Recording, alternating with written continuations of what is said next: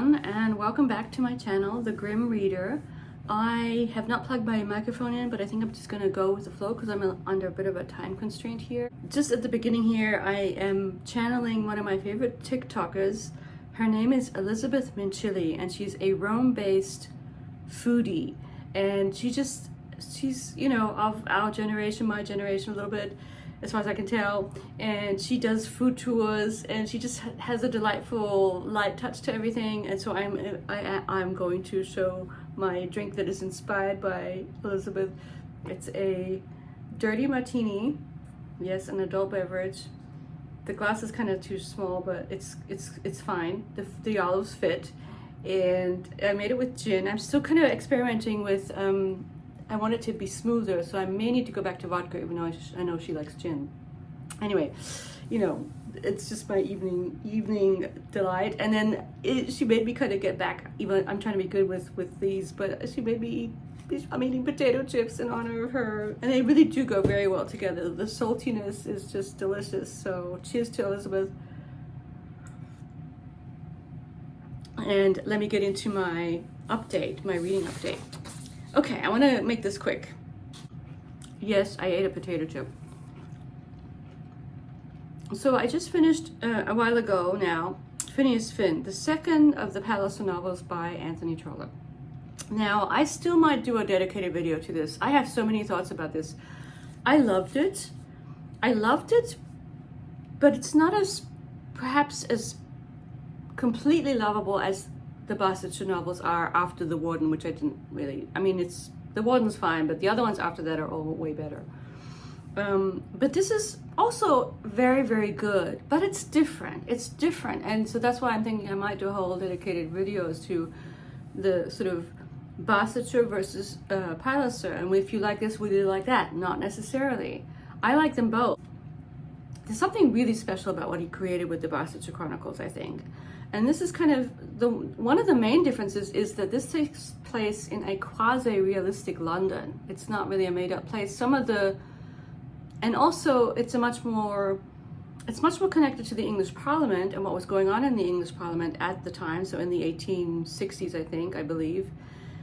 But it's also sort of fictionalized. So most of the names have changed. They're not real people. And so it's much more urban. It's an urban environment, and the comings and goings of the city and in terms of the parliament.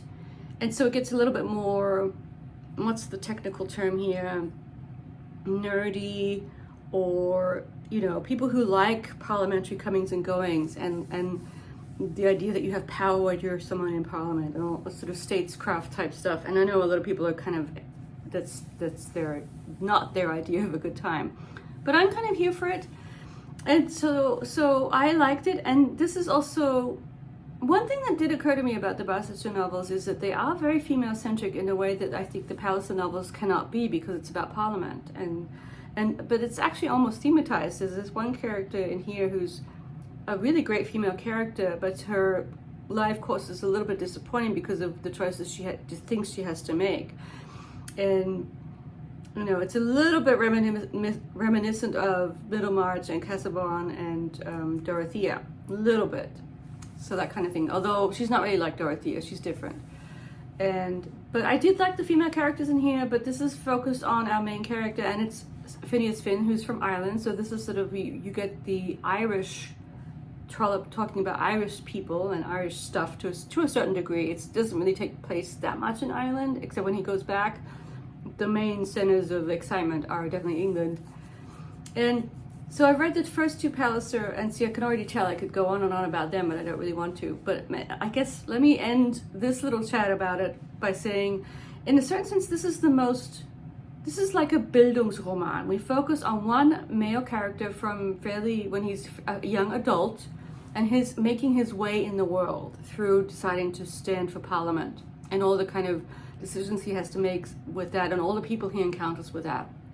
And if you think of it like that, it's very well done. And he's a very likable main character, lovable. And yes, I will admit to having Googled Irish actors who I think would make a good Phineas Finn, because one thing about him is And Trollope is kind of sneaky here. He doesn't tell us until fairly further on into the novel how he's tall and good looking. Like he keeps that information from us, and I found myself thinking, what does this Phineas look like? Oh, okay, he's you know, a tall glass of water or whatever. You know, he's good looking, and sort of. But what makes him likable, and they kind of hint at this, is that he's not aware of he's not vain. He's not, and those are the best good-looking people who don't care about it or who don't even, you know, realize it. So it's very enjoyable. I could sort of see why, if you're not used to the pristine rural beautifulness of the Barsetshire stuff, this might be a bit of a letdown for you. But I actually do like the Palace novels. They're a little bit faster paced. You can tell he's sort of, the serialization aspect is coming in. But let me stop there because I have to move on. And I might come back to it. Let me know if you've read it and if you've liked it. And I know that I remember someone who I think ditched it, who I won't mention, said that they didn't like the female characters. I liked the one I'm thinking of, and then the other one, I liked them. I think one of them is could have been a little bit stronger. Like, I don't get a clear sense of her, but I did like the female characters. Anyway, enough about Phineas. Done. And I just at the end here, I will admit to mainly listening to it. A good, actually for me, free audible listen. I think it's free because my husband has a subscription, or so I get these some of the stuff you can filter for free. And this is a free. I don't know the name of the reader, but he's very good. He's very good. It just flows, and then you can sort of take a peek at the novel, at the text if you want to. Enough about Phineas.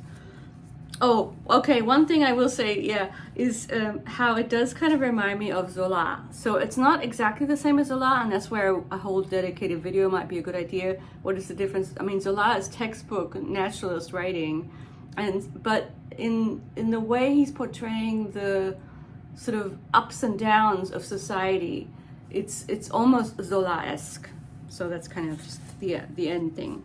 And I wrote here in my notes, I'm very close to becoming a member of the Trollope Society, partly because then you have access to copies of the novels, which are not all of his novels are not easily accessible. Moving on. I'm not going to say anything much today about Peter Weiss because I did make a video about his stuff before. I still have so many thoughts. I'm still loving it, even though I'm reading it very, very slowly. You know, a novel about the role of aesthetics and what makes great art in connection with political activism and the sort of the coming, how is the avant-garde the way to go, or is social realism the way to go? It's just excellent. I just cannot get over how wonderful I'm finding it. Have not gone back to Nupingen. Have gone back a little bit to my other strange long novel, but I won't have time to talk to you about today. Margaret Young's Miss Mackintosh, My Darling. A phenomenal but very strange piece of work that I will talk to you about another time. So let's get into the other stuff. I actually finished another book, but it's because it took me about 5 minutes to read. This is something, I think I picked it up at a library sale. So Maurice Sendak and I go way back, but not very deeply so. My first book, I was born 63, and so I remember sitting on my bed and figuring out the words to, I sort of quasi-read, but the pictures are kind of more important, with Where the Wild Things Are. So Where the Wild Things Are is a sort of pivotal piece of literature in my, literary upbringing. And since then I haven't really read or been that closely connected to Sendak. The thing about him is it all kind of blends into a kind of childhood nostalgia, and even just looking at his stuff on the internet, he's such a sweet, moving fellow, and the way he talks about everything, just a sweet, sweet man. Now this is very strange. So this is Dear Millie, Wilhelm Grimm and Maurice Sendak. So what this is a letter that they found, I think in the 70s, even though some people say they didn't find it till the 80s, but I think they found it in the 70s. Written by Wilhelm Grimm, one of the Grimm brothers, the younger one, the one who actually got married and had children, not Jakob. And also the one who's mainly responsible for the way the fairy tales ended up being. He kind of took over the fairy tale editing, and Jacob was off doing other things.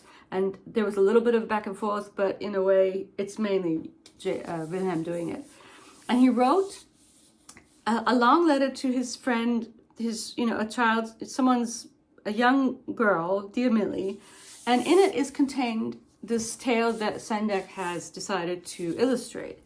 And they call it a fairy tale, but it's not the way one of the issues I have with it, you have these absolutely amazing illustrations by Wilhelm that are very, very much influenced by all the people that influence him. A lot of them are German romantic painters, Philipp Otto Runge, Caspar David Friedrichs, and other people.